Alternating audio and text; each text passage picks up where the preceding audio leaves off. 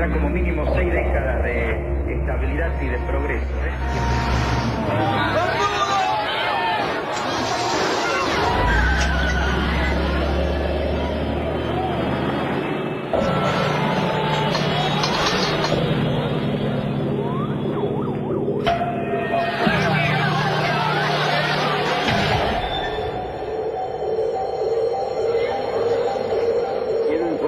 Que ante eso he decretado el estado de sitio en todo el territorio nacional. He informado al honorable Congreso. Nuestro país vive horas difíciles que demuestran la culminación de un largo proceso de deterioro.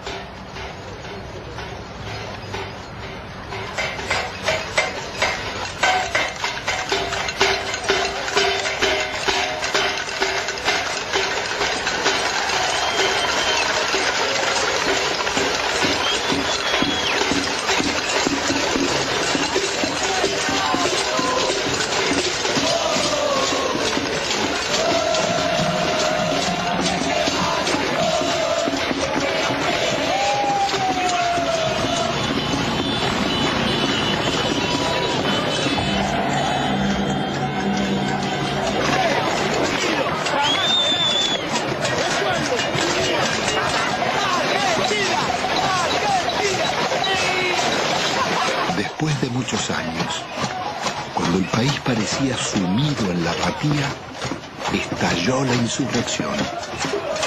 Era la patriada espontánea de los nadies, que haciendo sonar sus cacerolas, se derramaba por los barrios y ocupaba la ciudad de las instituciones y los bancos. Terminó de hablar y la gente se volcó espontáneamente. Acá no convocó a nadie. Yo tengo 50 años, hace un mes y medio que no trabajo, laburé todos los días de mi vida, todos los días. No quiero el estado de sitio, porque no quiero ser una súplica del Fondo Monetario Internacional. Es un modelo que no va más, se tiene que ir de la Rúa y con él todos los delincuentes que lo apoyan.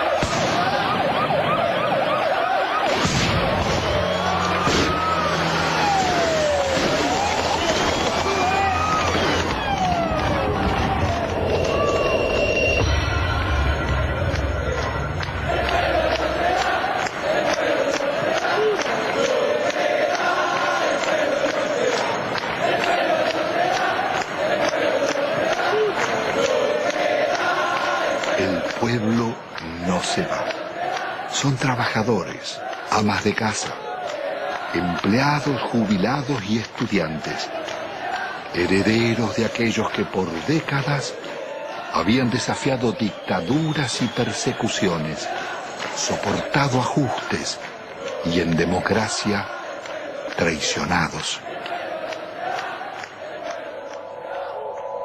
¿Qué había pasado en la Argentina? ¿Cómo era posible que en una tierra tan rica se sufriera tanta hambre? El país había sido devastado por un nuevo tipo de agresión, ejecutada en paz y democracia. Una violencia cotidiana y silenciosa dejaba más víctimas sociales, más emigrados y muertos que los del terrorismo de Estado y la guerra de Malvinas.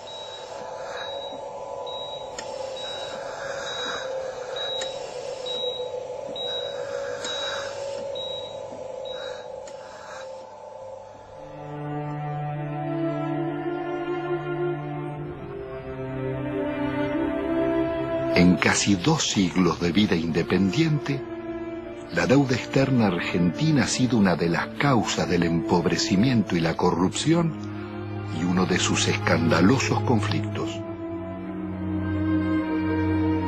Desde el primer empréstito firmado por Rivadavia en 1824 con la banca inglesa Baring Brothers, la deuda serviría para fortalecer a sus socios argentinos, controlar finanzas y transferir recursos a las metrópolis.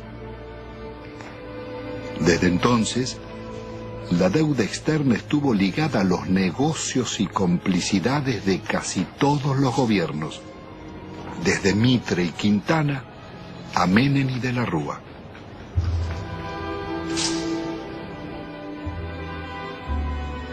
La política del endeudamiento fue gestando en la Argentina generaciones de tecnócratas y funcionarios más dispuestos a servir a bancos y corporaciones internacionales que a defender su país.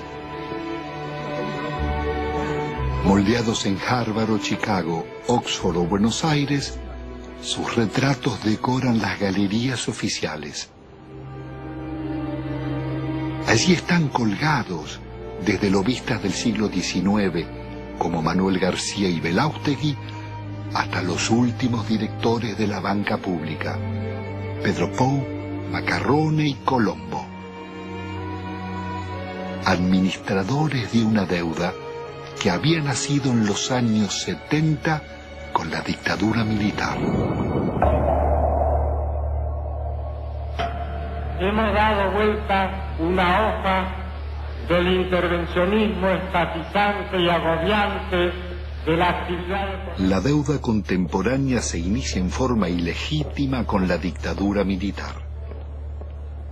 A pesar de que la justicia demostrara su origen fraudulento, la presión del establishment pudo más.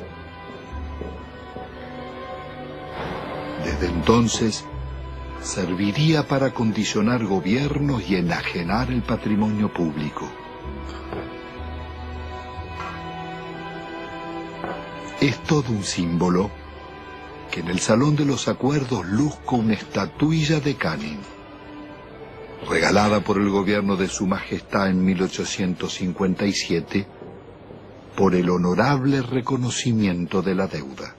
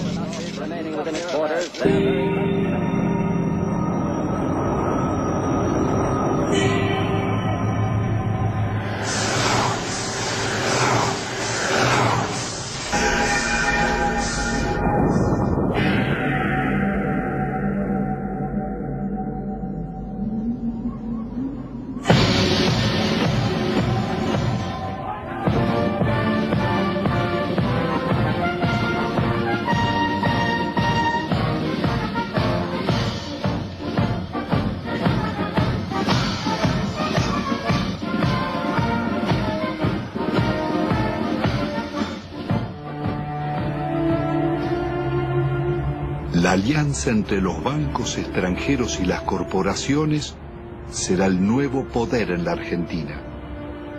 Después de 7 años de plan neoliberal, el gobierno de la dictadura deja un país hipotecado con una deuda externa de 45.000 millones de dólares. La mitad es deuda privada.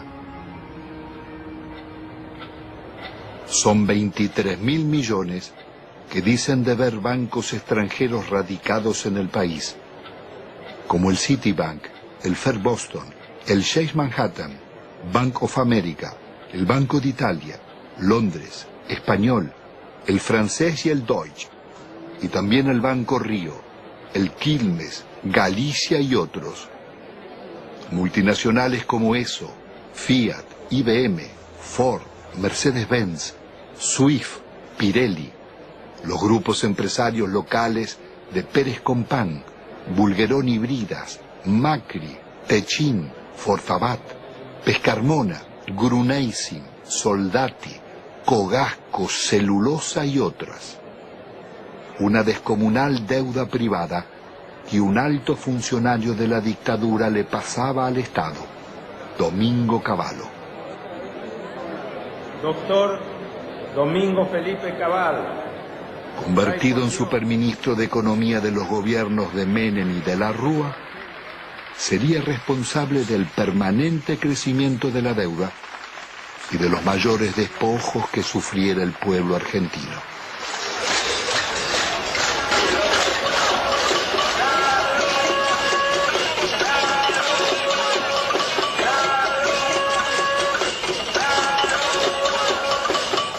¿Qué me decían? La policía defiende a los ladrones, Pino Solano. Estamos en el reino del revés. Los ahorristas tienen que manifestarse pacíficamente en defensa de sus ahorros que han sido confiscados por el banco en complicidad con el gobierno nacional. El Estado debe salvaguardar los derechos de los ciudadanos, no debe robarlos.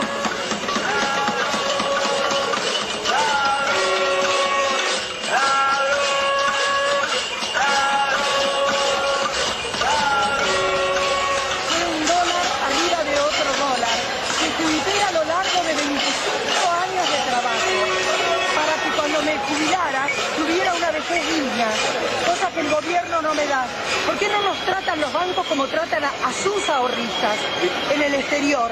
Y yo los puse en bancos privados, porque desconfiaba de los bancos nuestros, porque ya me agarraron en el 89.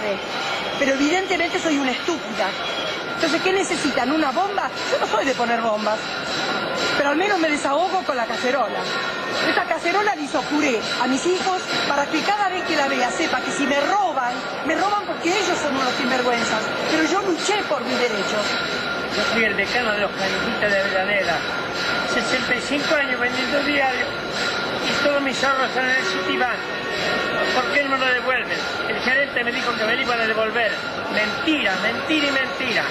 Y todos mis ahorros desde el sacrificio de mi vida los tengo ahí. Hay una deuda externa en la que los bancos le deben a la Argentina. Es una deuda inversa, en cierto modo, porque las casas matrices tienen que hacerse cargo de los depósitos bancarios. Eso está en la jurisprudencia argentina desde 1971, en el famoso caso Swift-Deltec, en donde se resolvió que la casa matriz era responsable por las deudas de sus filiales. Y es una estafa que el Estado tenga que hacerse cargo de las deudas del sector privado. ¿Y el caso de nuestra deuda externa? La deuda está plagada de ilegitimidades. Primeramente hay una ilegitimidad de fondo. Es ilegítimo pagarle a los bancos cuando hay 18 millones de pobres y 9 millones de indigentes. Hay una prioridad humana en esto. Segundo, hay usura.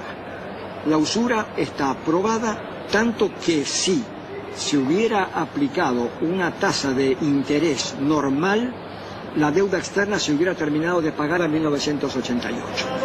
¿Pero cómo fue la estafa?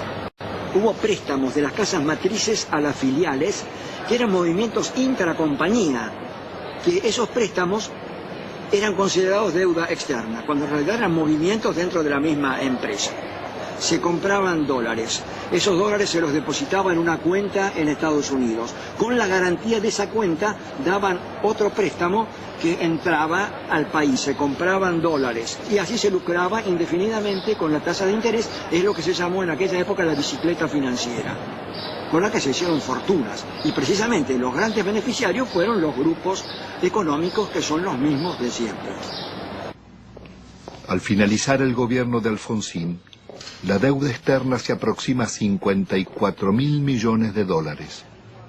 Menem dejará en manos de la banca acreedora determinar cuánto se les debe. El Congreso jamás trataría la deuda, ignorando la Constitución y la denuncia de Alejandro Olmos. 10 años después, llegará a 130.000 millones. No confundamos a la gente con un mal concepto de la palabra deuda, porque todos queremos endeudarnos, pero después decimos que está mal que el país se endeude. Cuando crece el crédito porque hay alguna deuda, es bueno, la deuda es buena. Todos queremos darle crédito, todos hablamos que hay que darle crédito a la población, que está surgiendo el crédito hipotecario. Es bueno endeudarse, no es malo endeudarse. Y se vuelve absolutamente pertinente una cosa que los norteamericanos inventaron hacia 1898 con la ocupación de Cuba. En ese momento había bancos españoles que le habían prestado a la autoridad colonial cubana. Los norteamericanos dijeron, si el pueblo de Cuba no ha sido beneficiado por estos préstamos, no hay deuda. En 1923, cuando un banco británico, entonces el Royal Bank of Canada, le prestó a un tiranuelo de Costa Rica que se llamaba Tinoco unas uvas que estos utilizaron para sí mismos. El Royal Bank of Canada pretendió que Costa Rica le pagara y se produjo un pleito y el árbitro resultó ser un expresidente de los Estados Unidos, el presidente William Taft. El presidente Taft resolvió el litigio diciendo hay deuda, pero hay una deuda privada y no una deuda pública, porque no hay deuda pública si no hay un público, el público como destinatario, como beneficiario. Son actos que de ningún modo han beneficiado al público, más bien todo lo contrario. Han hecho que la persona que compra en un supermercado y paga el IVA resulte el quien paga finalmente estas deudas privadas de grandes empresas, de grandes compañías o de gente en todo caso muy rica. No cabe duda de que la deuda privada irregularmente estatizada, ilícitamente estatizada por el doctor Cavallo, debe ser absolutamente revisado. ¿Cómo se llama esa teoría, doctor? Se llama teoría de la deuda odiosa. Una directora del Fondo Monetario Internacional, Karen Lissaker, representando a los Estados Unidos, dijo, si aplicáramos la teoría de la deuda odiosa, toda la deuda del tercer mundo se caería.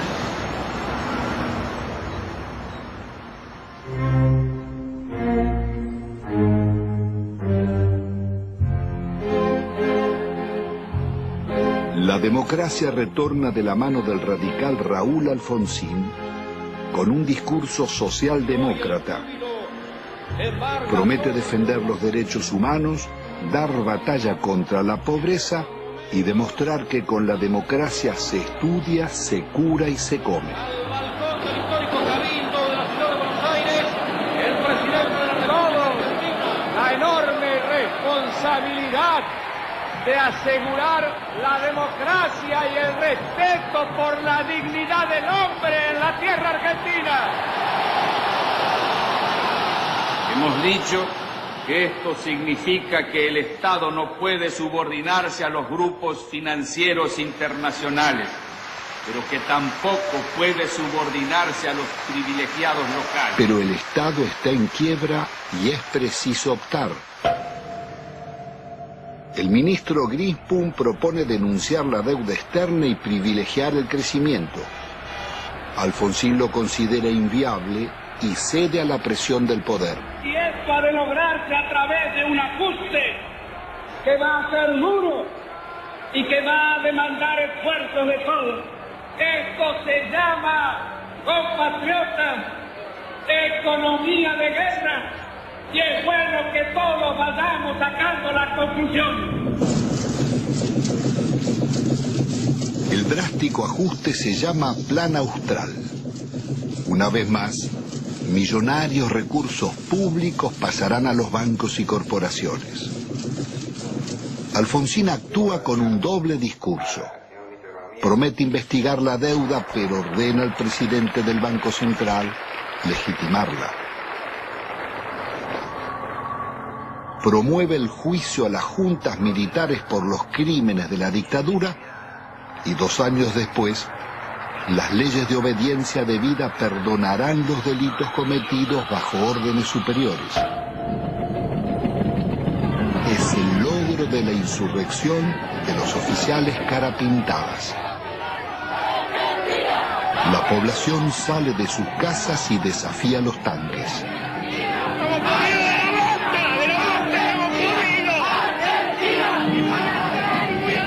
Alfonsín absolverá a los golpistas. Compatriotas, felices Pascuas. Los hombres amotinados han depuesto su actitud.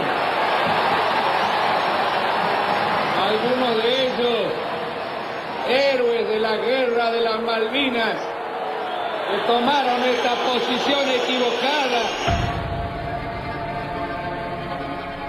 La derrota electoral del radicalismo acelera la crisis.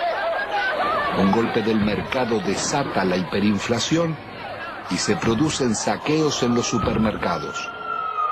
He resuelto resignar el cargo de presidente de la nación argentina con el que el pueblo me honrara desde el 10 de Alfonsín debe renunciar 6 meses antes de finalizar su mandato.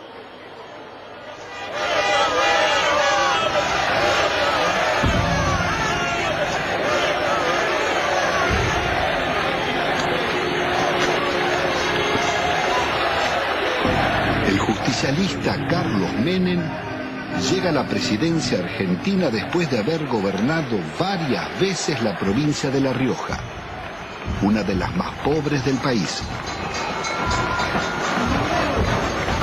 Su meteórico ascenso coincide con la caída del muro de Berlín y las ideas del consenso de Washington. De lenguaje franco y gesto de predicador, Menem promete revolución productiva y salariazo. Luce las patillas del viejo caudillo Facundo Quiroga, el tigre de los llanos.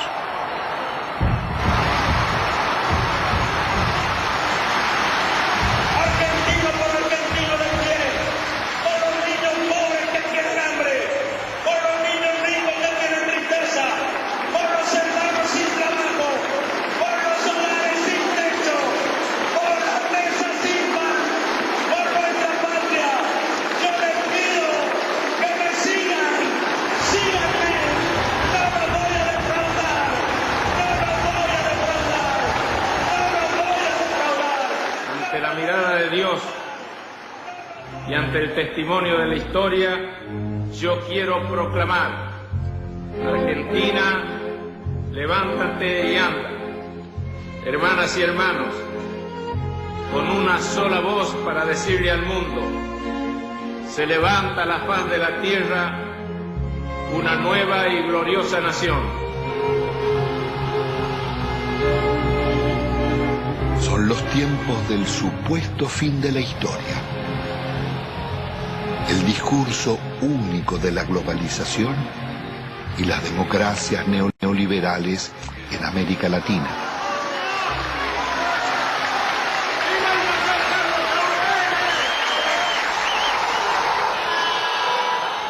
Días después, abandona las patillas y promesas reformistas y traiciona a sus votantes. El programa de gobierno será el de la minoría liberal conservadora que lidera el ex golpista Álvaro Alzogaray. Hoy todo cambió y una nueva relación ha comenzado. También una nueva forma de vivir y de pensar. Aunque todos parezcamos los mismos, un cambio decisivo y fundamental se ha instalado entre nosotros.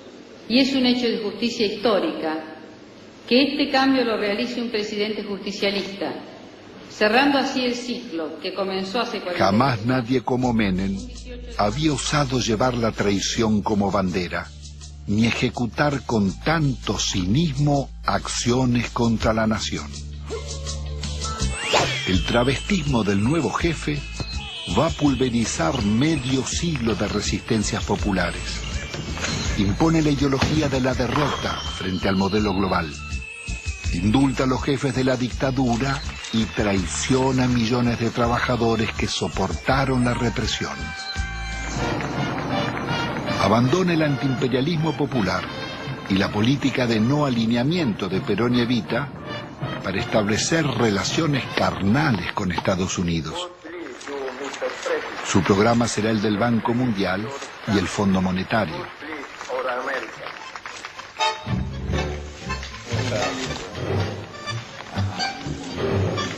Pero la traición no fue solo la de Menem. Buena parte de la dirigencia político-sindical tiró por la borda una vida de resistencias. Muchos se sentaron en la mesa del arreglo y optaron por indemnizaciones. Otros se convirtieron en socios del millonario festín de las privatizaciones.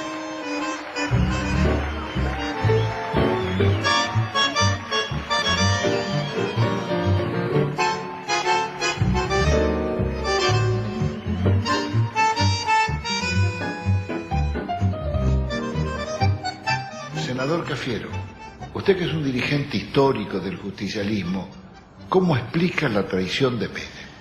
Bueno, eso sucede, y no sucede raramente, sucede con bastante frecuencia en la vida política de todas las naciones.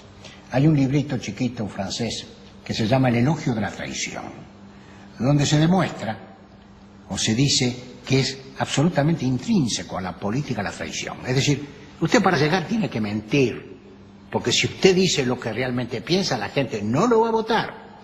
Y creo que eso se aplicó en la Argentina, se aplicó siempre, pero con mucha mayor intensidad, admitámoslo, durante los gobiernos de Menem. Él mismo ha dicho que si hubiera dicho lo que él pensaba hacer, no lo hubieran votado. Entonces, dividió, a mi juicio, en una actitud que no guarda mucha correspondencia con la ética política. Pero esta es la realidad que vivimos. Después cambiaron ciertos parámetros internacionales, y bueno, y el modelo se fue agotando. Se fue agotando. ¿Cómo interpreta usted la existencia de una real mafiocracia? Poder económico, los bancos y la clase política. En eso, Pino, no quiero abrir un juicio, diría yo, absoluto. Mi larga vida humana y política me dice que a veces hay que relativizar un poco las cosas. No todo es blanco y negro. No todo es corrupto y puro. Hasta la misma sociedad argentina en su conjunto no puede atribuirse la pureza y asignarle la corrupción a sus clases dirigentes. En definitiva, las clases dirigentes emanan de la propia sociedad. En la Argentina no solo hemos fallado los políticos, y yo asumo la parte de culpa que me corresponde. Yo podría decir que han fallado muchos estamentos dirigentes de la sociedad argentina, y que si hay que hacer un juicio general, estamos todos en el infierno del Dante. Bueno, es indudable que la traición es muy efectiva. La traición es de una potencia política fenomenal, justamente porque es traición, porque te cala en lo más hondo, porque viene por la espalda, porque no estás preparado, porque se da de quien menos la esperás, si no, no sería traición. En ese sentido, el PJ es el alumno más desarrollado, más excelso de esa visión que expone Cafiero. Yo no tengo duda que si a esta sociedad le ofreces a votar San Martín o el Hombre Araña, elige a San Martín. Ahora, si le das a elegir entre el Hombre Araña y el Caballero Rojo, después la solución no se la podemos adjudicar a la sociedad. Entonces, Sociedad con escaso protagonismo. Partido que defecciona de sus ideas históricas y se pone al servicio del enemigo. Movimiento obrero reducido, achicado por la desindustrialización y copado por los traidores. La justicia disciplinada a esas transformaciones que se iban a realizar. La oposición con escaso margen de maniobra. El resultado concreto.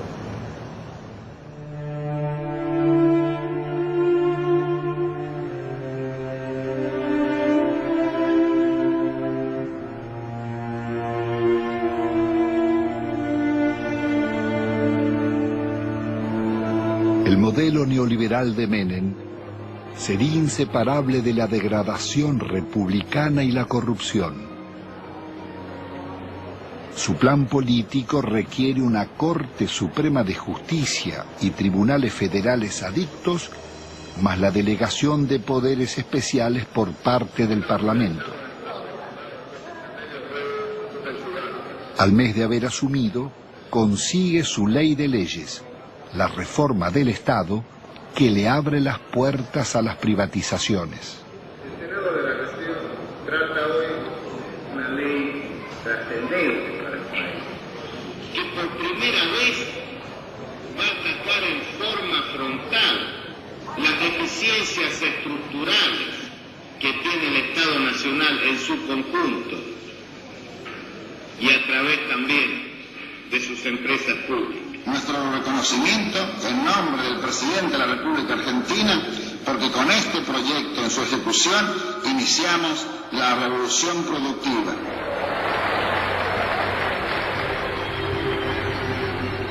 Fue un verdadero ataque a la democracia la forma en que este Parlamento trató las leyes en la era menemista.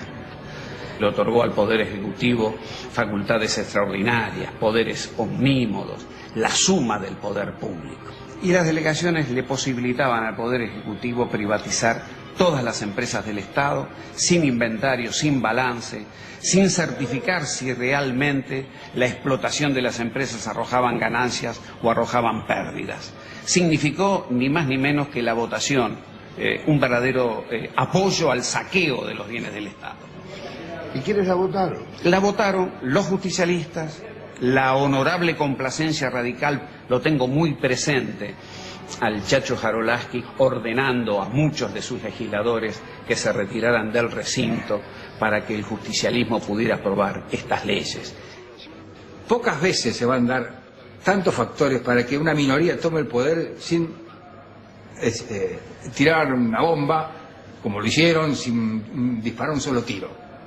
Esto surge claramente en la participación de Álvaro Sogaray en el tema de la ley de reforma del Estado. El instrumento que le está dando el poder a Menem, un poder absoluto, dictatorial, un poder que no tenía Videla, que no tuvo Videla. Se lo estaba diciendo a todos al Sogaray.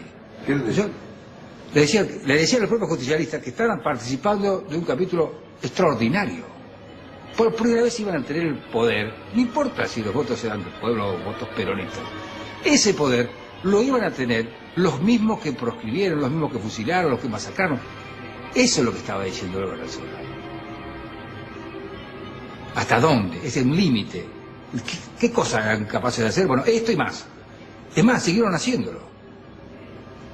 Porque acá hubo denuncias sobre la privatización de YPF. Hubo denuncias. El diputado Luis Adi dijo que en el Senado habían pagado una coima de $8 millones. Después se corrigió en la misma sesión. De los 130 diputados presentes, 114 votaron por la afirmativa. Bien por la negativa, una abstención.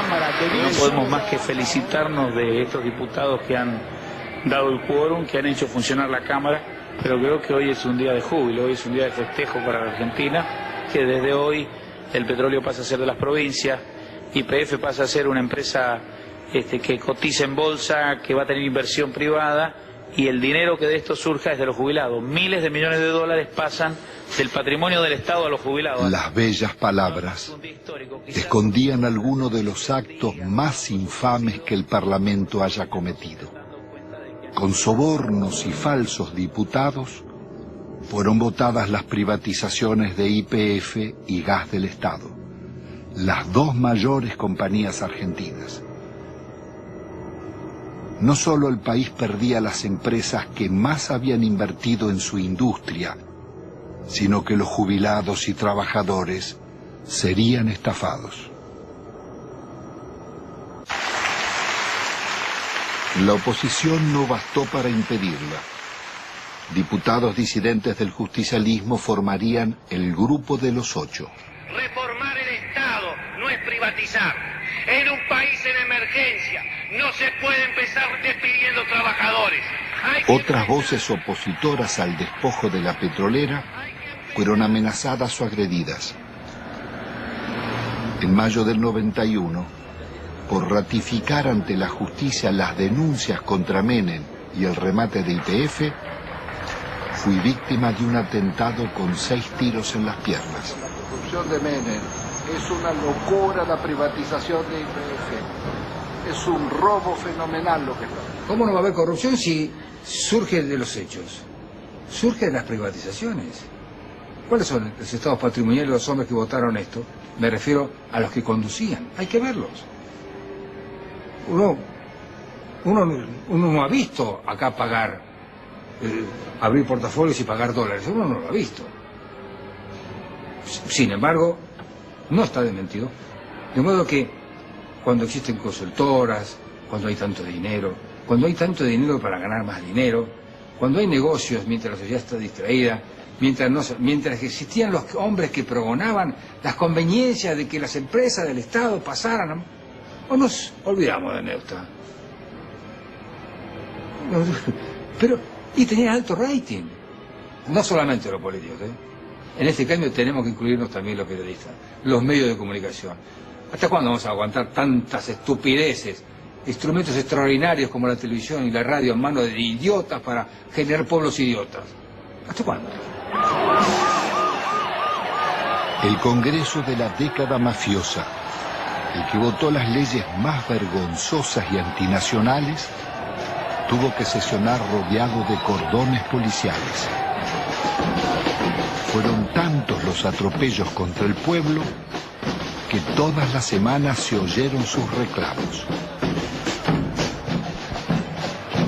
Llegaban jubilados, maestros, empleados estatales, estudiantes, obreros y desocupados de todos los gremios.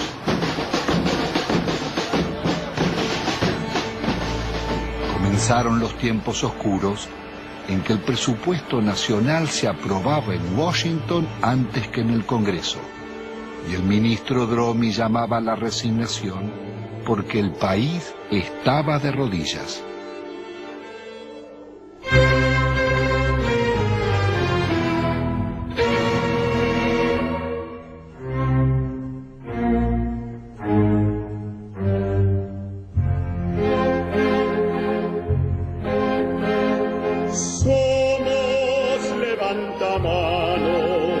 Obsecuentes, comedidos, votamos con ojos cerrados lo que nos manda el partido.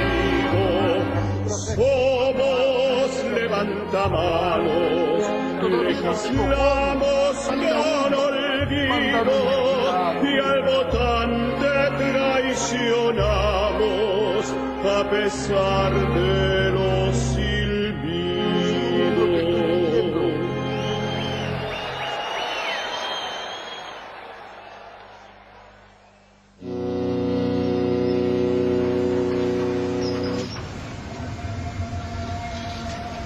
El instrumento concebido para consolidar el modelo es el plan de convertibilidad.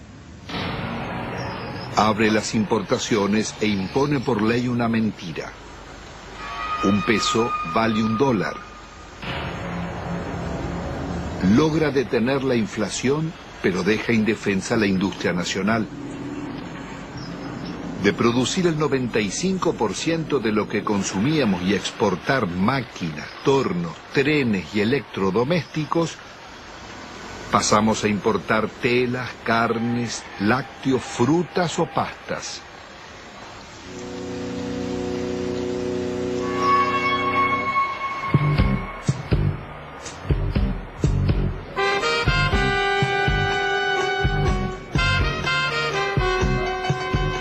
país se dolariza. Todo podía pagarse en pesos o en dólares. Pero con inflación cero, las tarjetas de créditos y los bancos cobraban intereses usurarios del 50% anual, cuando en Estados Unidos y Europa eran del 7%. La fiesta del dólar a un peso impidió competir a comerciantes y empresarios llevándolos a la quiebra. Desaparecerían miles de industrias y talleres, textil, metalúrgica, autopartista, manufacturas domésticas y muchas otras.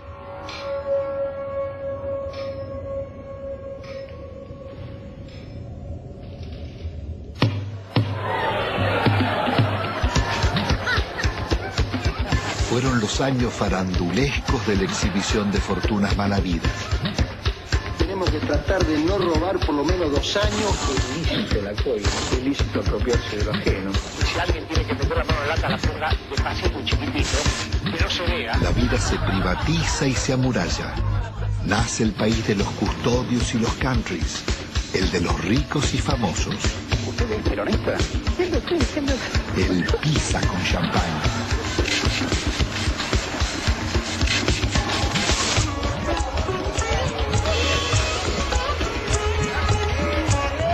Tocar YPF, tocar el petróleo en Argentina era tocar a la madre, era lastimar a Gardel, era ofender la bandera.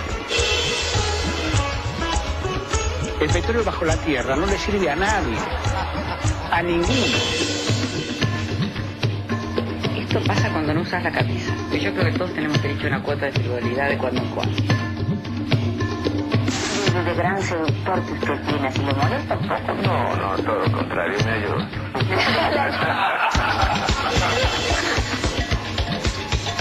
Mi amor, porque realmente hace calor acá, ¿eh? Qué guapo que es, cómo mejoran la estética los políticos, ¿eh?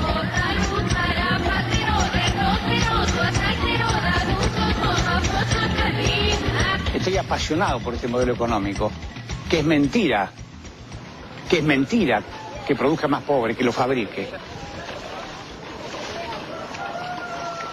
Hace muchos años que vivimos acá y siempre esperamos promesas de los políticos, que más o menos los que todos conocemos acá, los encargados de la zona, nunca, pero nunca hicieron nada por nosotros. Acá nosotros, los vecinos que han tomado la iniciativa de cortar la ruta, por lo menos los encargados tomen conciencia de la realidad que nosotros vivimos. Los chicos no pueden ir al colegio. Cuando hay un enfermo al fondo, no puede salir porque no puede entrar a la ambulancia, no puede andar un coche. Nosotros queremos vivir dignamente, como merecemos. Somos gente pobre, somos gente humilde. Nosotros no queremos comprar ilusiones. Que nos vengan a hacer con un asadito, con una ropita, con una botita para los chicos. Y nosotros queríamos que ese rollo se entube. Había todo el dinero, todo lo necesario, pero el dinero que hicieron se lo llevaron ellos. Nos robaron. Si ponemos a hablar de robar, ellos fueron los artífices, digamos, los que enseñaron al pueblo a robar. Ya no pasamos a ser solamente la maestra que antes enseñaba, sino para ser el contenedor social en la escuela. La mamá que te viene a pedir si tenés un par de zapatillas que te sobre de tus nenes, de enfrentar a la misma comunidad cuando tenemos el problema de la inundación. Somos centro de evacuación, pero albergamos a nuestros propios alumnos porque la tormenta le voló las chapas, porque no tienen dónde dormir. El chico está pendiente de lo que está pasando en la casa, o pendiente de que terminan de repartir la leche y es el primero ir a la cocina para llevarse los sándwiches que quedan. No lográs captar un minuto su atención porque está pensando en otra cosa. Y a veces se te desmayan. O sea, se te desmayan y le preguntás, bueno, ¿qué comiste anoche? O ¿qué tomaste esta mañana? Y una sopita, te dicen, un té. Y se te desmayan, es muy frecuente. Nosotros ya estamos acostumbrados. Pero te da bronca,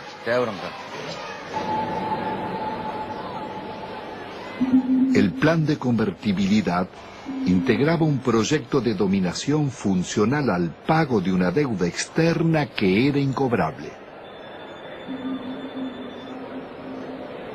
En 1992, el ministro Cavallo negocia con el secretario del Tesoro americano Nicolás Brady canjear la deuda por el patrimonio público que se ofrecía a precio de remate.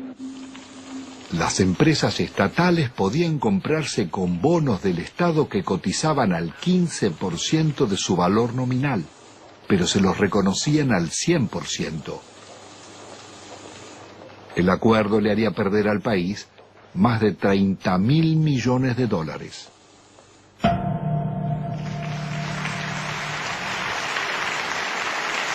El gobierno de la Nación Argentina cumplimenta esta noche 7 cabalísticas privatizaciones, 7 sectores estratégicos del quehacer nacional. Encaramos las privatizaciones de la televisión, de los teléfonos, de instalar el sistema del peaje, de instalar la concesión vial o la concesión ferroviaria, también de privatizar las radios y de incorporar, por supuesto, la privatización de la empresa estatal de la aeronavegación. Nosotros hemos ideado un decálogo que dentro de unos días se conocerá, que es el decálogo menemista de la reforma del Estado. El mandamiento 1 son palabras de Menem, él no lo conoce aún. El mandamiento 1, que ha extraído de sus muchos discursos, dice así: nada de lo que deba ser estatal permanecerá en manos del Estado.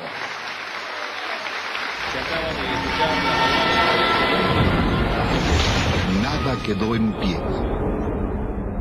No importaba qué eran ni cuánto valían, ni cómo o por qué debían venderse.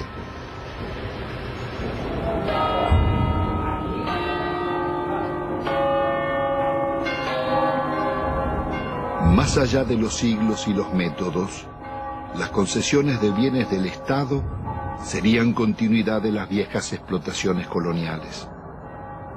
Antes fue el oro y la plata de Potosí. Hoy las ganancias del petróleo, el agua o las comunicaciones. Las compañías extranjeras hicieron en nuestro país lo que no les hubieran permitido hacer en los suyos. En términos de incumplimiento de las obras de inversión, se les perdonaba. Si no lo hacían, o si no se aumentaban las tarifas, como se hizo en la Panamericana, para que el usuario le financie la inversión. No se les exigió capital propio. A mayor riesgo, mayor ganancia. En la Argentina, a nulo riesgo empresario, ganancias descomunales. Duplicó o triplicó en dólares la tarifa. Apenas 26, o sea el 13% de ese total, se llevaron casi el 60% de estas utilidades. Telecom en la Argentina, una utilidad media en todo el periodo del 15%, Telefónica del 16%, las 10 operadoras internacionales más importantes del mundo, entre las cuales están Telefónica y Telecom, rentabilidad promedio 5,4. Estas mismas empresas que acá son tan rentables son públicas en sus países de origen. Las empresas argentinas se vendieron sin deudas. El Estado se hizo cargo de 150.000 despidos exigidos por los concesionarios. Las principales inversiones vinieron de España y Francia. Entel se vendió por la 1/5 parte de su valor a Telefónica y Telecom. La endeudaron por 6.000 millones de dólares. Aerolíneas Argentinas daba beneficios y tenía 37 aviones. Fueron hipotecados por Iberia para comprarla. Aerolíneas terminó vaciada. La empresa de agua fue tomada por un consorcio europeo liderado por las compañías Suez y Vivendi. La endeudaron en 8 veces su capital.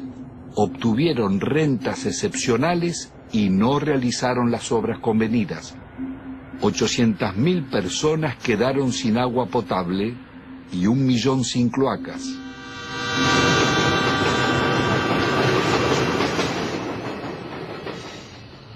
Quizás no exista en la historia nacional un vaciamiento igual al de los ferrocarriles.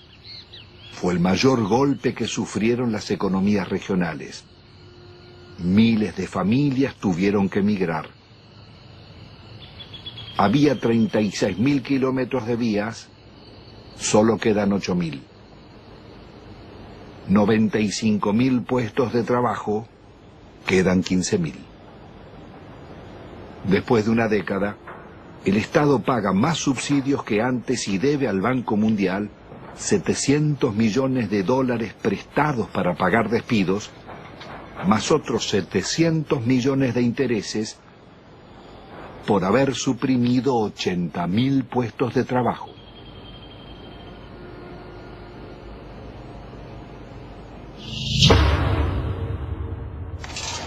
Cuando se hicieron las privatizaciones, no había subsidio para nadie, al contrario, el argumento para privatizar ferrocarriles fue el déficit. Hoy están subsidiados hidrovías, los ferrocarriles, los concesionarios viales. La magnitud del subsidio recibido por las rutas nacionales fueron 1.100 millones de dólares. Y dejaron de pagar 980 millones de dólares de canon. O sea, se robaron 2.000 millones de dólares. Debían pagar un canon por el uso económico de un bien público nuestro como sociedad. Ninguno pagó el canon. ¿Quién no pagó? Ninguno, ni los concesionarios viales, ni el Correo, ni Unequian. Sistemáticamente la seguridad jurídica en la Argentina fue unilateral, es para las empresas. Pues siempre que renegociaron en contra de los usuarios y consumidores. ¿Cuál es la razón para que siga funcionando semejante impunidad? La política. Y los negocios políticos y los acuerdos políticos. Las privatizaciones se hicieron a la medida de las corporaciones.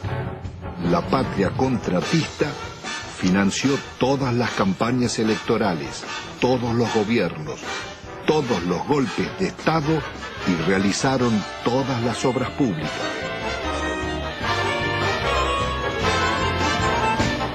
Ningún otro sector gozó de tantos privilegios, mercados cautivos, subsidios millonarios, ventajas impositivas, sobreprecios, condonación de multas e incumplimientos, prórroga de concesiones y especificación de deudas en dólares. Fueron expertos para no cumplir los contratos con el Estado, defraudarlo, litigar contra él. Estos son Sogma y Sideco de Macri, Bridas de Bulgeroni, Loma Negra de Fortabat, Pecom de Pérez Compán, Techín de Roca, Benito Rollo, Pescarmona y otras.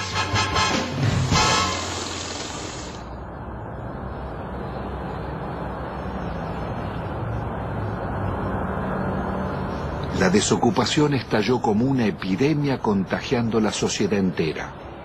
Cientos de colas de desocupados se multiplicaron por todo el país. El desempleo pasaría del 11 a más del 20% y otro tanto de subempleo. ¿Cuál es la situación de los trabajadores? Han perdido buena parte de su salario, han perdido protección social, han perdido casi todo el derecho al despido, han perdido casi la protección contra los accidentes y las enfermedades. Más de la mitad de los trabajadores están en negro teniendo en cuenta estas condiciones. Se ha llegado prácticamente a la desprotección más absoluta propia de los países más atrasados de la Tierra. Hay terror a resistir, hay terror al despido, hay terror a que mañana no tenga ninguna posibilidad de tener algo. Por eso se admite la rebaja salarial, por eso se admite el empeoramiento de las condiciones de trabajo, por eso se admite trabajar en condiciones de insalubridad. Se admite todo porque el perder el trabajo significa la nada, significa engrosar el ejército de mendigos, el ejército de aquellos que están fuera del sistema. Es terrible porque la situación lleva a depresión. En el país latinoamericano que tuvo los más avanzados derechos sociales, decenas de miles de necesitados acuden a la iglesia de San Cayetano, patrono del trabajo, pidiendo ayuda. Gracias al Señor nuestro Dios. Es justo y...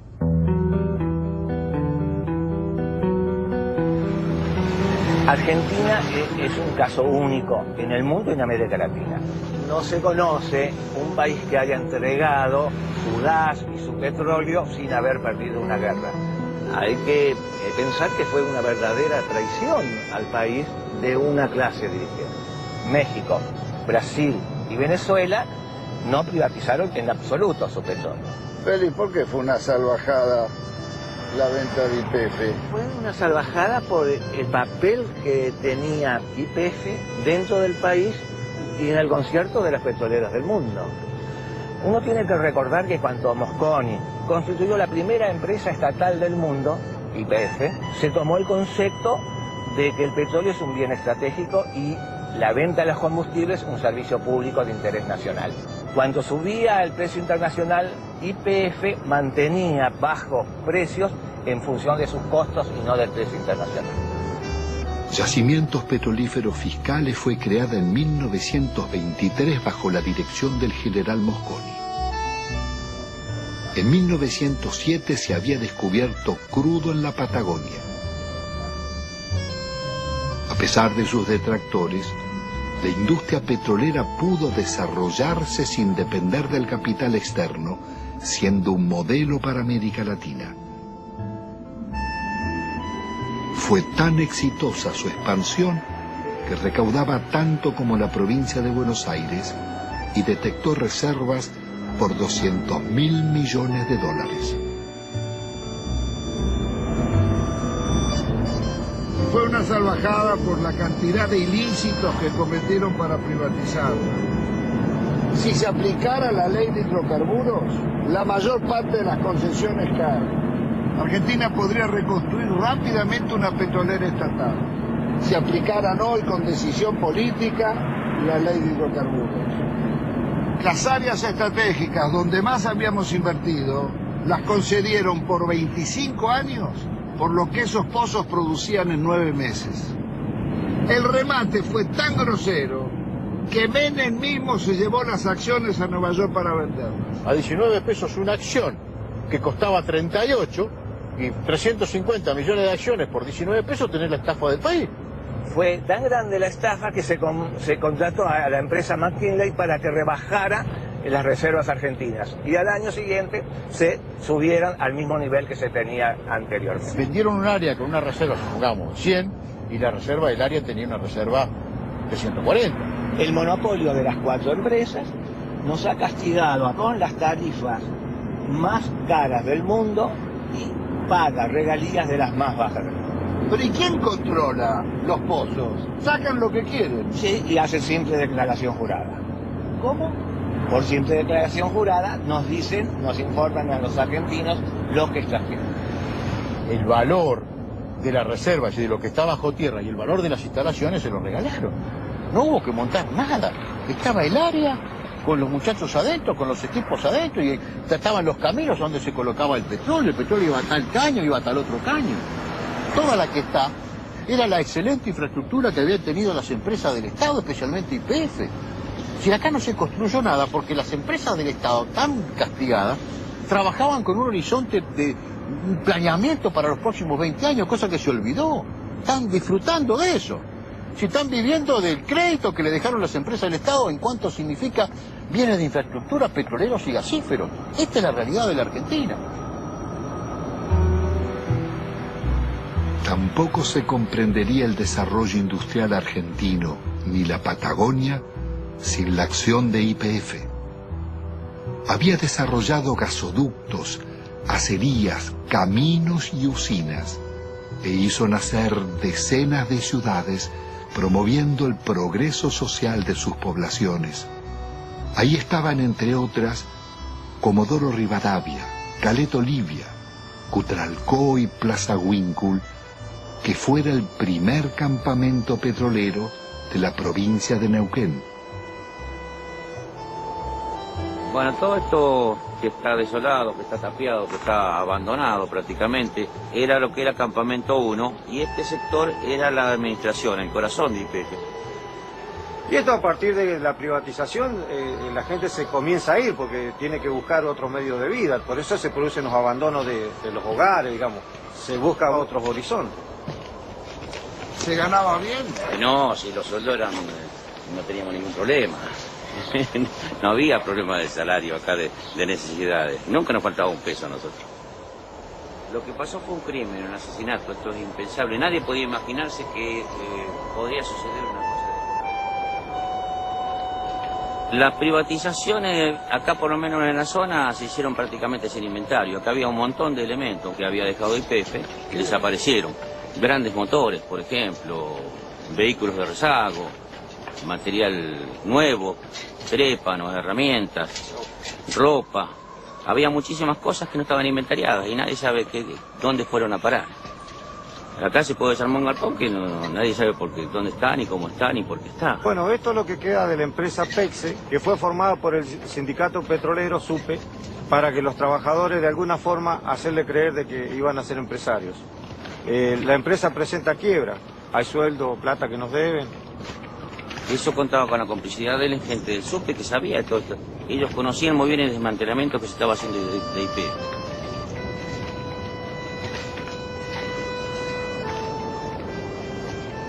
Si la gente agarraba 40, 50 mil dólares y aunque lo echaran de la empresa y le hacían por ahí hacer un curso de repostero, de computadora, de cualquier cosa, durante un año donde le estaban pagando. Entonces la gente por ahí aceptó la privatización y aceptó el despido, sin pelear. Porque claro, tenía la plata en el bolsillo. Lo que pasa es que esa plata después se la fue gastando. Se compraron vehículos, se ampliaron casas, se pusieron kioscos, negocios. Mucho desocupado. Muchísimo desocupado. Nosotros podemos hablar de 5.000, 7.000 desocupados o más. No hay censo. No hay censo serio que nos diga hay tanto desocupado. Pero sabemos que son miles los desocupados. Sabemos que somos miles los que estamos subocupados y que vivimos a media. Pero los desocupados no solo fueron los de YPF. A ellos se sumaron otros miles de las industrias y comercios que cerraban. Años después, en el invierno del 96, Utralcó protagonizaría una pueblada. Nos estamos cagando de hambre nosotros. Le damos el gas, le damos el petróleo, le damos la electricidad y nos pagan así.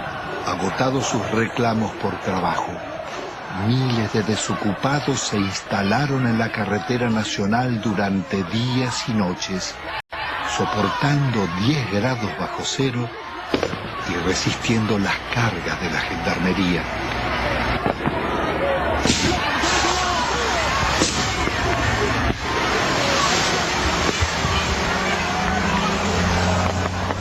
Con una victoria, estaban haciendo el movimiento piquetero su primer corte de ruta. Me retiro del lugar y las fuerzas que vinieron conmigo también. La jueza ordenaba el retiro de la gendarmería. ¡El pueblo ganó! ¡El pueblo!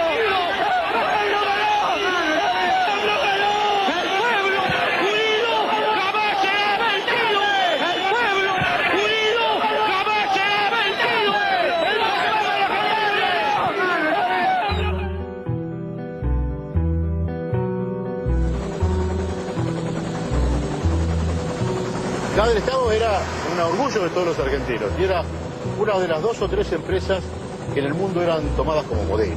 ¿Por qué, Gustavo? Porque tenía un manejo de desarrollo gasífero en un país muy especial, con los yacimientos muy lejos, que era prácticamente un relojito. Entonces la copiaban los europeos y la copiaban incluso alguna empresa norteamericana. Y además porque en 50 años de trabajo había incorporado 5 millones de argentinos a disfrutar del gas natural. Y en 90 años anteriores que estaban las compañías británicas, solamente había 300.000 argentinos con un gas importado muy caro. Petrobras había tasado a gas del Estado en 25.000 millones de dólares. Nosotros, con la tasación de consultores internacionales, la vendimos en 2.500 millones de dólares. 10 veces menos. 10 veces menos. 10 veces menos. La acción depredadora de Repsol en la región fue tan grande que la comunidad mapuche llevó sus denuncias a los organismos internacionales. Bueno, acá nos encontramos en el lugar donde un integrante de la comunidad construyó su vivienda y que bueno, no la pudo habitar porque cuando hizo el pozo de agua para sacar agua se encontró que no tenía agua, no había agua pura, sino que lo que encontró fue gasolina. Este es el caño que puso mi papá en el año 95, supuestamente para sacar agua, para el consumo y para para sembrar algo. Y ahora ustedes van a ver qué fue lo que sacó. Sacó gasolina. Les voy a mostrar que es totalmente pura. Estamos a 7 años de la descontaminación que supuestamente debió hacer Repsol acá, y lo que sacamos no es agua, justamente. Es casi nafta azúcar.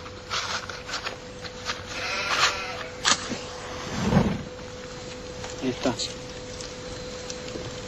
Esto no solamente acaba en 55 hectáreas, sino está toda la napa contaminada del agua. De acá hacia abajo, donde da el curso de la napa, el agua se va hacia abajo.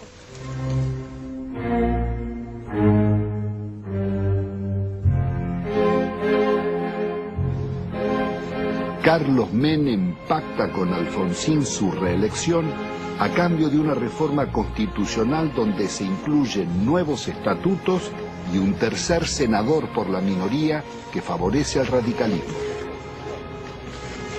El Pacto de Olivos o Pacto del Bipartidismo se realiza sin consulta ni debate, de espaldas a la ciudadanía para garantizar la continuidad del modelo. La reforma viene a legitimar a Menem, que ha promulgado más de 300 decretos leyes, 10 veces más que en toda la historia nacional. Vaciados los partidos de propuestas de cambio y participación, poco quedó en el radicalismo y el justicialismo de sus causas fundantes. Se fueron transformando en organizaciones para el reparto de cargos públicos. Una corporación de profesionales que no reconoce ideologías y atraviesa transversalmente casi todos los partidos, sin otra lealtad que a sus privilegios.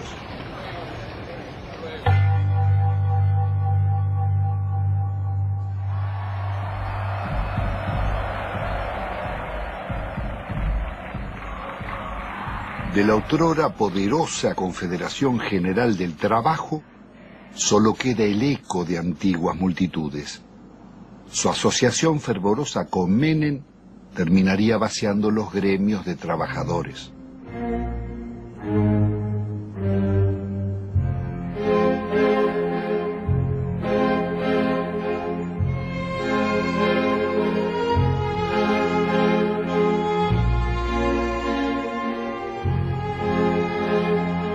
Entre besos y abrazos, los gordos de la patria sindical negociaron a los trabajadores e hicieron fortunas personales.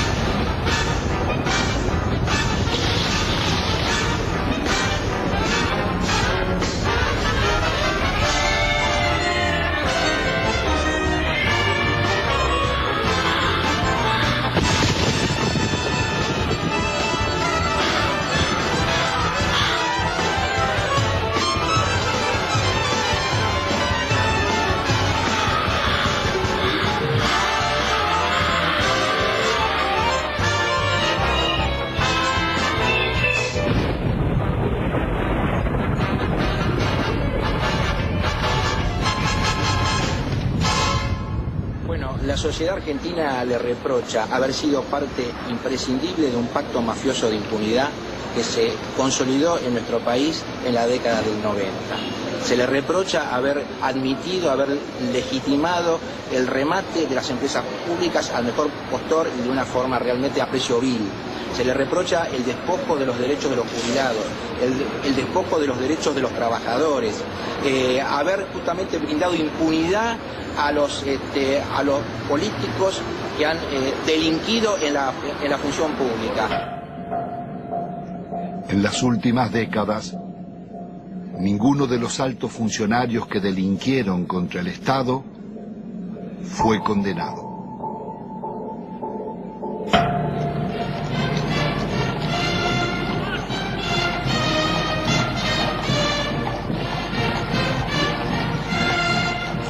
Al amparo de una justicia dicta, la asociación espuria entre la corporación político-sindical y el poder económico-financiero consolidará la mafiocracia. Desempeñar con lealtad y patriotismo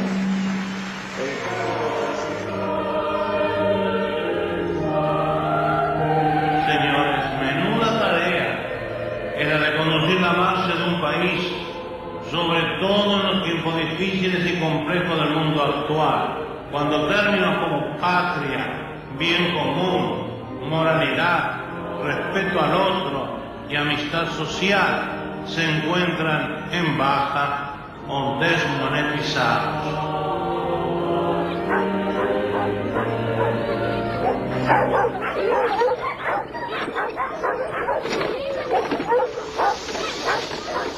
¿Qué va a comer?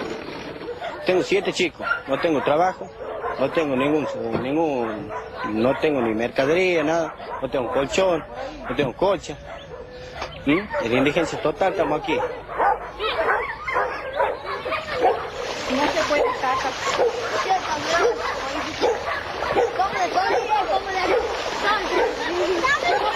Así la cayendo a las casillas. No tengo nada para aquí. No es fácil. ¡Chica! No las condiciones que ¿cómo se me ha mojado todo? No tenemos ayuda de nada. No sé, se creerá que somos perros, no sé qué se creerán que se lo hizo de nosotros. A mí jamás me han ayudado con nada. Yo no tengo ningún plan, a mí no me dan ningún plan. No me pagan nada, no tengo nada. A mi chiquita les doy de comer polentas o hervidas, eso les doy de comer. O mate cocido, porque no tengo. Es la verdad, no tengo. Usted mismo ve, se me moja todo porque no tengo con qué me dan una casilla. Nadie me da una casilla. Pero siempre han prometido, sí, me han anotado todo, pero no me han dado nada. Nunca, a mucha gente, a la señora que está ahí, todo eso. Doña Mariela, usted también venga después. Tengo una cosa, no sé, mi hermana a mí me dice, andate al médico, todo, porque está muy mal, está flaca, todo, pero sabe que yo, es una cosa que yo ya no aguanto más, porque la situación como está, que no hay trabajo, y que yo no tenga que darle de comer a mi hijo, a mí me duele un montón. Tiene que ella me pregunta, mamá, ¿qué vamos a comer? Y yo, ¿qué les voy a contestar? No hay, no tengo. Ellos no entienden, son chicos. Pero uno le tiene que decir la verdad. Tiene que decir la verdad, pero bueno, a mí me duele decir que no tengo que darle de comer, pero es la verdad.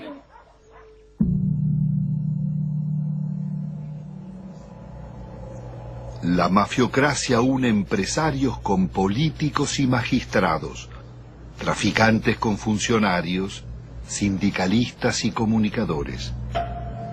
Fueron tan hondas las complicidades como hipócrita su accionar. Sí, yo presidí la comisión de lavado de dinero que mostró de qué manera todo el dinero negro proveniente de narcotráfico, corrupción y evasión que ha sacado de Argentina iba por empresas máscaras, básicamente constituidas en Uruguay, por eso el sistema uruguayo era de alguna manera el brazo ejecutor de la salida, de ahí una banca de corresponsalía en Estados Unidos o en Suiza. Sí, nosotros investigamos al Citibank, investigamos al Credit Suisse, al Dresdner Bank, al JP Morgan. Es decir, ellos tenían en Argentina el centro de sus operaciones sucias, a través del Citibank, el Banco República y el Federal Bank de Monet. Llegó a manejar el 60% de los medios de comunicación social de la Argentina. Además, de los medios de comunicación, por ejemplo, canales por cable, Telefe, Azul Televisión, Radio Continental, Editorial Atlántida, torneos de competencias y distintos canales por cable del interior, Cablevisión, además de ser el controlante del paquete accionario de Telefónica de Argentina. Así que no solamente eran los medios de comunicación, sino las telecomunicaciones en Argentina. Obviamente con una fuerte llegada al poder político y sobre todo a la Suprema Corte. Recordemos el famoso fallo de la Suprema Corte para habilitar el rebalanceo de tarifas telefónicas que benefició a Telecom y a Telefónica de la competencia internacional. Y que sospechosamente en esta investigación que realizamos en Estados Unidos, uno de los miembros de la Corte, el primo hermano del abogado de Moneta, terminó con un depósito de $800.000 hecho en el Citibank de Nueva York. ¿En cuánto se calcula el vaciamiento o el giro por las comisiones de las privatizaciones? entre 5.000 y 10.000 millones de dólares. ¿Y quiénes son los responsables? Hay 3 personajes centrales, Cavallo, Menem y Cohen. Es decir, en el periodo de los últimos 10 años. Y un banco lavador, el Banco General de Negocios. Ahora, también detectamos nosotros coimas pagadas al gobierno de Alfonsín, básicamente al Banco Central de la República Argentina, por parte del BCCI, un banco lavador de narcotráfico que después financió el 80% de la campaña de Menem. Queda clara la complicidad entre la clase política, el narcotráfico y finalmente la política también de exacción. El saqueo de fondos públicos a través de retornos y sobreprecios fue norma en las contrataciones del Estado. Se calcula que más de un 20% de la inversión pública se diluyó en comisiones. El ministro Manzano, aludiendo al presidente, diría: robo para la corona.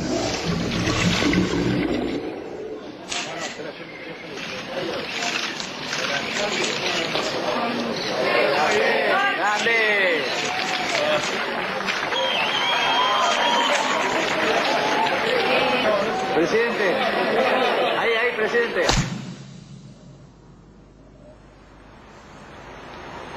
Uno de los mayores focos de corrupción fue el PAMI, Obra Social de los Jubilados.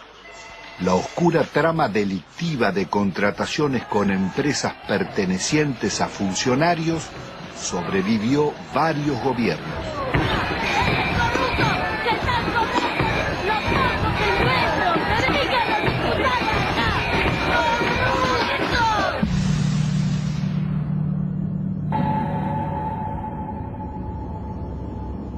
Yacyretá es una de las más grandes represas de llanura del mundo, con un dique de contención del río Paraná de 67 kilómetros de largo. Fue la mayor obra financiada por los argentinos y la caja negra de la política nacional desde la dictadura en adelante. ¿Cuál fue el mecanismo de la corrupción en Yacyretá? Bueno, fue sobrevaluar siempre los valores de las obras, alargar los plazos de obra, llevar la obra hacia adelante como hoy estamos sin poder terminarla y generando costos, porque estamos hablando de 13.000 millones, pero todavía no sabemos cuándo la vamos a terminar. 5 veces más costaba. 5 veces. Le doy un ejemplo concreto. La reprogramación 85, evaluada en 30 millones de dólares, que fue informada durante varios años al Banco Mundial y al Banco Interamericano de Desarrollo. Ese valor terminó firmándose en el año 89 en 180 millones de dólares.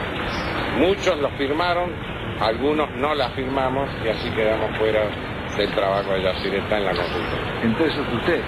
Entre ellos. ¿Y quién estaba era un frente a la señor consultora? Carretoni, fue el que manejó toda la campaña de Alfonsín en su momento y de Angelos en el otro. Convencional constituyente también. Convencional en el 94. constituyente en el 94. Señor Carretoni, que era el dueño de la consultora líder del Grupo Argentino. Suegro del director general de la constructora. ¿De quién? Repítemelo. El señor Carretoni, suegro del ingeniero Rizzo. Es decir, que el jefe de la consultora que debía controlar costos, terminación, calidad técnica de las obras, era el suegro del constructor. Exactamente, eso.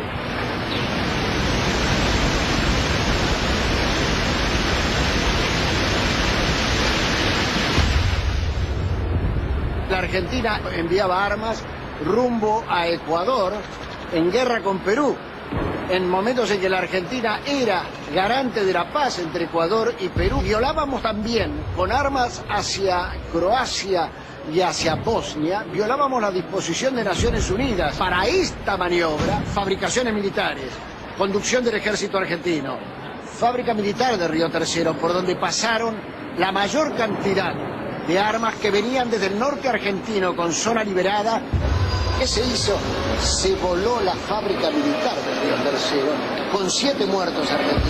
Después de marzo del 95, era menester hacer desaparecer todos los rastros, entre ellos los documentos, los inventarios y todas las huellas que podían demostrar de que aquello no fue una casualidad, sino fue una clara intencionalidad al servicio del encubrimiento. ¿Quiénes componían esa banda para la asociación ilícita? Califican como jefe de la asociación ilícita a un expresidente de la República, Carlos Saúl Menem. La lista no es aquí terminante, ¿no? Hay muchos más, pero hay también algunas circunstancias como estas. Los suicidios, muertes accidentales. Se cae un helicóptero enfrente al hipódromo argentino en el campo de polo, donde muere uno de los hombres claves. Se suicida con mano invertida el capitán Estrada, hombre que ha formado parte de las bandas del terror en los tiempos horrorosos en la República Argentina. En este cuadro, lo que hoy falta investigar es dónde está la plata que se robaron. Carlos Menem, su cuñado Emir Yoma, Cavallo y otros involucrados en la causa del contrabando de armas serían arrestados. Pero la Corte Suprema los dejaría en libertad. El delito impregnó la dirigencia en todos sus niveles.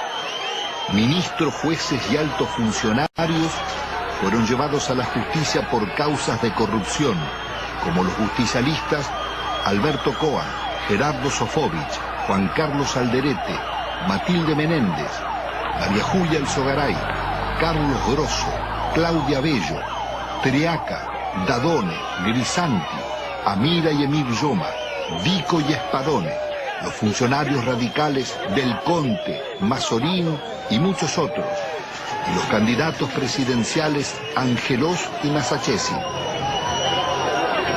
Me pongo al frente de lo que hace a combatir la corrupción.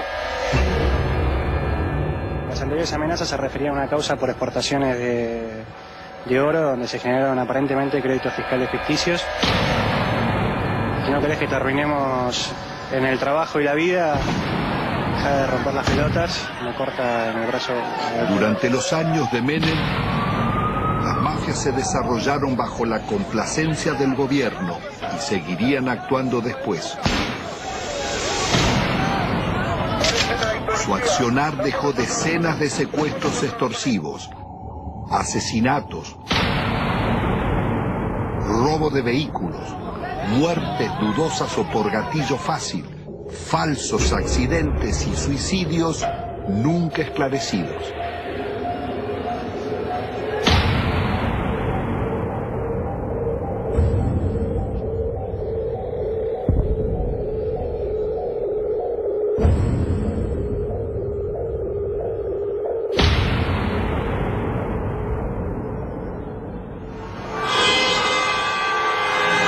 En la Argentina de los grupos mafiosos, la campaña mediática de la Alianza promete trabajo y lucha contra la corrupción, respetando el modelo económico y la deuda externa. Integrada por el Partido Radical y el Frente de Centroizquierda Frepaso, propone investigar a funcionarios, pero sin tocar la macrocorrupción de las privatizaciones ni el despojo financiero del país. Fernando de la Rúa y Carlos Álvarez derrotan al candidato justicialista Eduardo Duhalde. El nuevo gobierno continuará con las políticas recesivas del Fondo Monetario. ¡De la Rúa! ¡Arriba de la Rúa! Una vez más, el mandato de la ciudadanía será traicionado. Rebaja de salarios públicos y aumento de impuestos.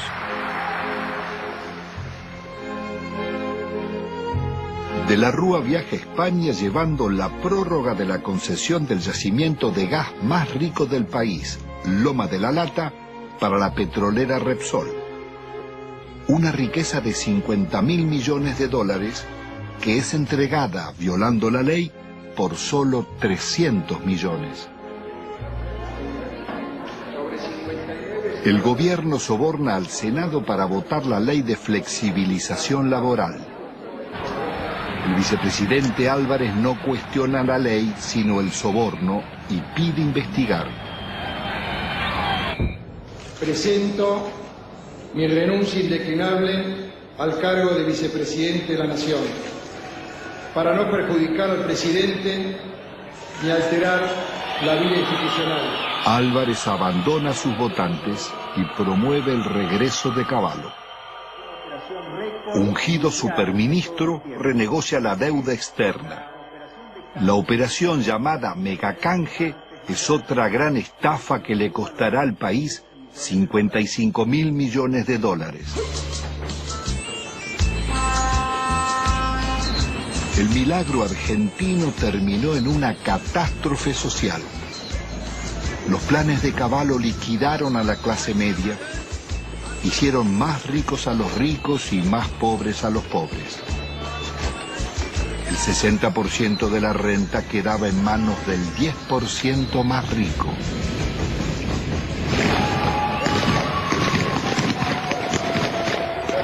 Está padeciendo la gente tiene hambre, somos guerrilleros, mira la hambre que tenemos. De la Rúa opta por la represión. 2 jóvenes desocupados son asesinados en Corrientes al desalojar un puente. Otros 3 piqueteros baleados en Salta y Jujuy. Jamás un presidente constitucional había dejado tantos muertos en tan poco tiempo.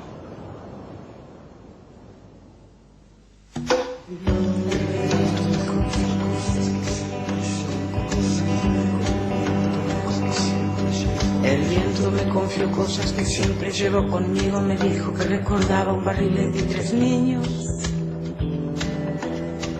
que el sauce estaba muy débil, que en realidad él no quiso, que fue uno de esos días que todo es un estropicio.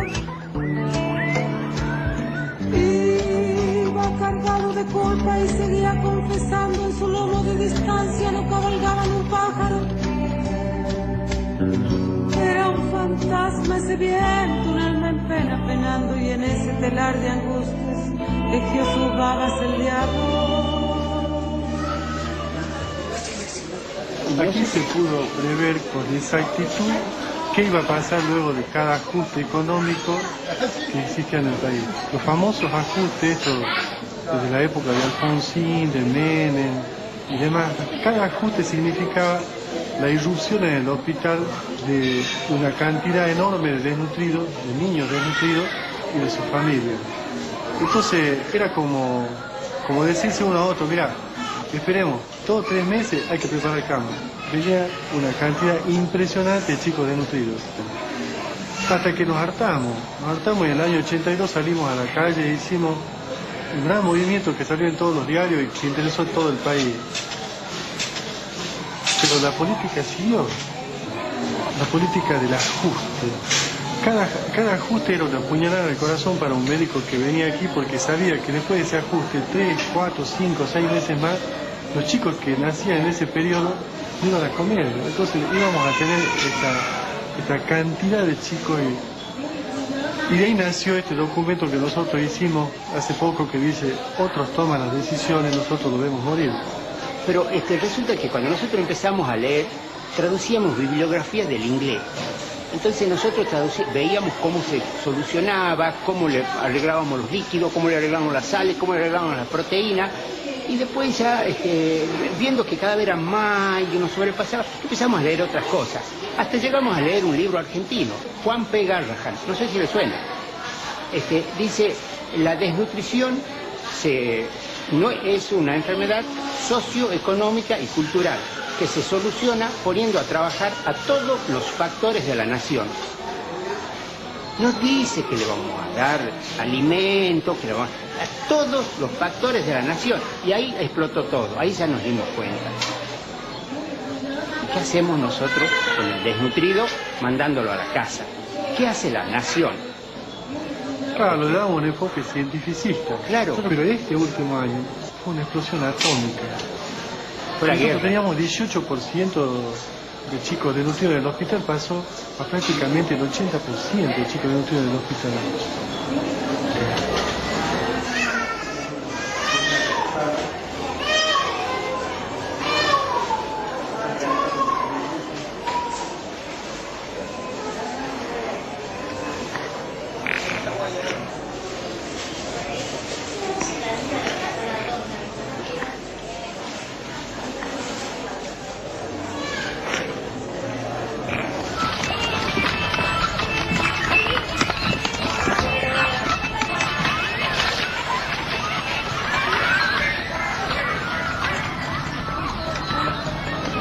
Ustedes ven un basural, los niños sin padre, una chica de 14, 15 años embarazada, ningún padre, un montón de los hijos de nadie, donde comen un día sí, un día no. Y yo le digo a esa chica que tiene 14, 15 años, mira, dale a tu nene para que la diarrea, pollito, polenta, lechecita, agua limpita.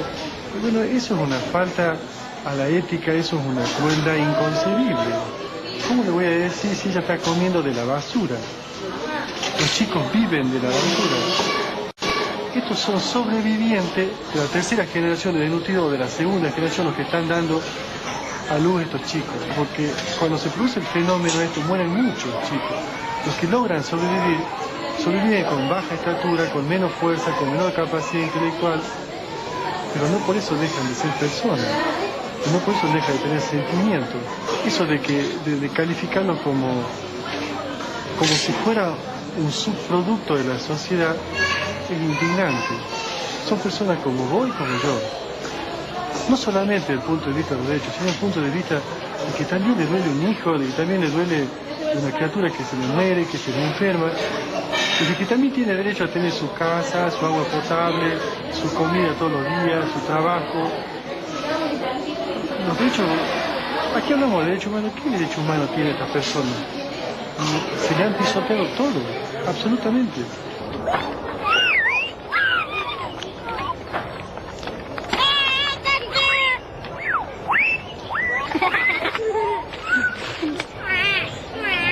La idea que yo percibo es de que algún sector de la sociedad se está queriendo deshacer de estas personas.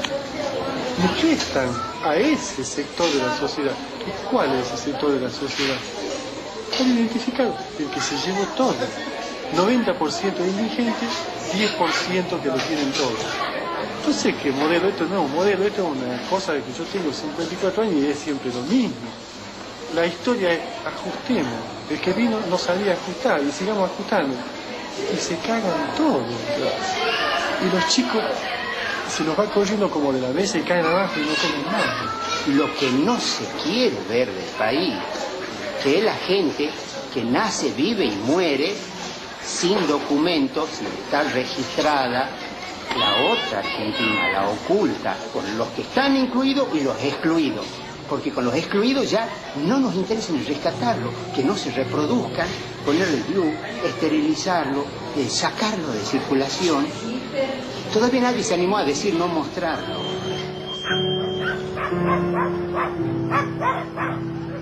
Produciendo nuestro país una riqueza alimenticia capaz de satisfacer 300 millones de personas, los niveles de pobreza que denunciaba la película La Hora de los Hornos en los años 60 serían apenas el anuncio del genocidio neoliberal de los 90. De enfermedades curables o desnutrición, mueren cada día en Argentina 55 niños, 35 jóvenes y adultos, 10 mayores. Un promedio de 35.000 personas por año.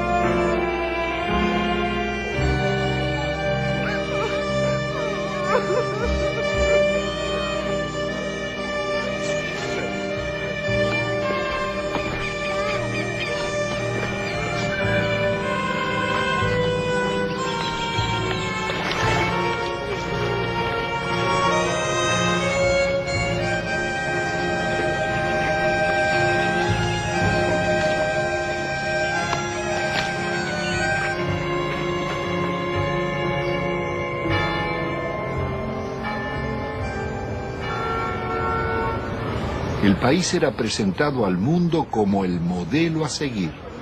El Fondo Monetario homenajeaba a Menem en Washington por el milagro argentino. Presidente, esta foto para mí va a ser estupenda para mí. Para mí también. La suya no sé. No sé, vamos. Ya no sé. Me parece que ya le dije que una foto con el diablo siempre es peligrosa. No, por favor. La responsabilidad de nuestros gobernantes en el genocidio social no exime a los organismos internacionales ni a sus mandantes, Estados Unidos y Europa, ni a las injustas relaciones comerciales del norte con el sur. Los programas económicos neorracistas que dieron grandes beneficios a costa de segregar y producir la muerte prematura de millones de personas son crímenes de lesa humanidad en tiempos de paz. Sus autores y ejecutores no pueden gozar de impunidad.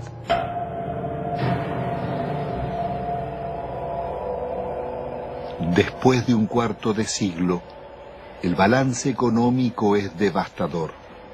La deuda estatal y privada pasó de 7.800 a cerca de 170.000 millones de dólares, pero se ha pagado en concepto de servicios casi otro tanto, y 150.000 millones se han fugado al exterior.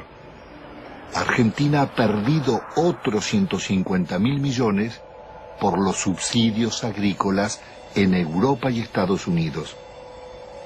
Desde 1999, el crecimiento será cero y el país marcha hacia la devaluación y la cesación de pagos.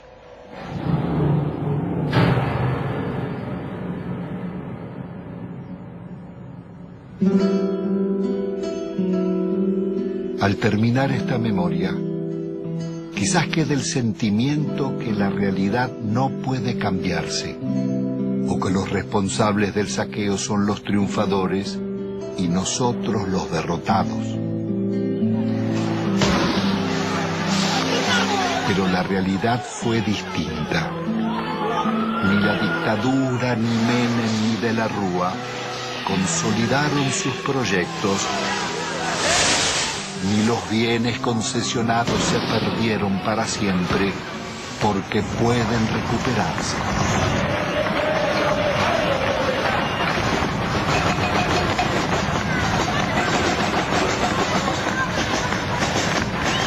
El modelo neoliberal terminó en una hecatombe.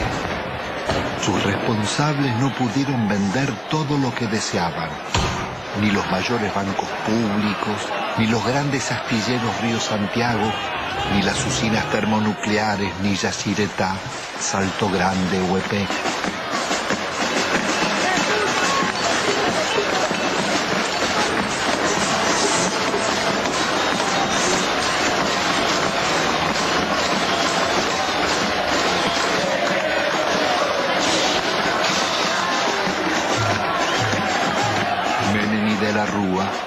Tampoco pudieron imponer la salida represiva, ni acallar las marchas del silencio ante los crímenes mafiosos y el gatillo fácil, ni frenar la permanente acción de las madres, abuelas e hijos de desaparecidos.